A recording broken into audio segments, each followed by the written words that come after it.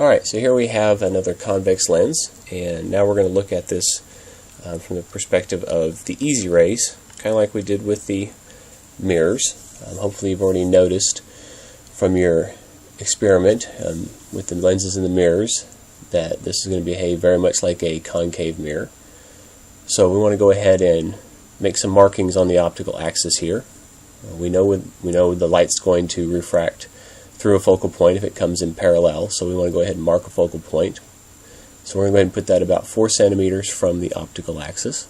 We can do that on each side of the actual lens, and then put another mark, another 4 centimeters away from the focal point, and again do that on each side here.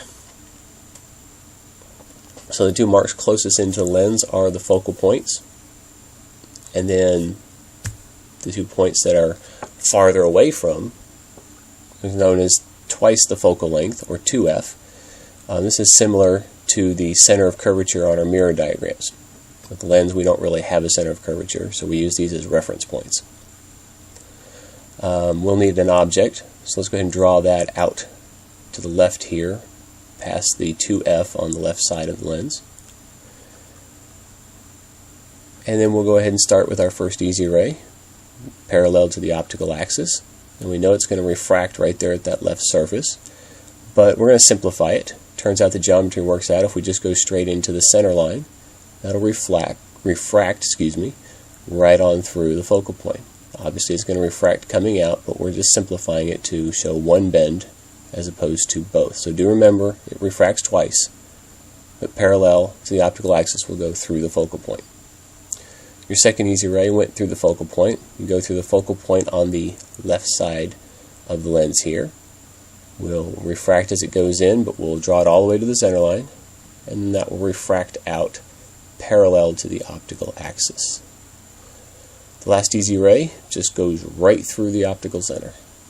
When light does that in a lens, it's just going to pass straight through as if it doesn't refract. And we know it's going to refract when it comes in and goes out, but it basically goes right along that exact line as if nothing really happened to it. So if you couldn't see what was going on inside the lens, you would think it just went straight through. Now, those light rays cross at one point over here, and so your image would be formed just like it was with the concave mirror in between the f and 2f, similar to f and c on your concave mirror. You'll notice it's reduced, and more importantly, it's actually inverted. The fact that it's inverted tells us that this is a real image. You go back and look at all of your properties of your images from your concave mirrors and your plane mirror and your convex mirror, you'll notice that every time it was inverted, it was real. Every time it was virtual, it was upright. So that's a very important thing to remember. So that tells us that this is the real side over here. The real side is always where the observer is, whether it's a lens or a mirror. Wherever the observer is, wherever you would be looking at the images, that's the real side. That makes the left side over here obviously the virtual side.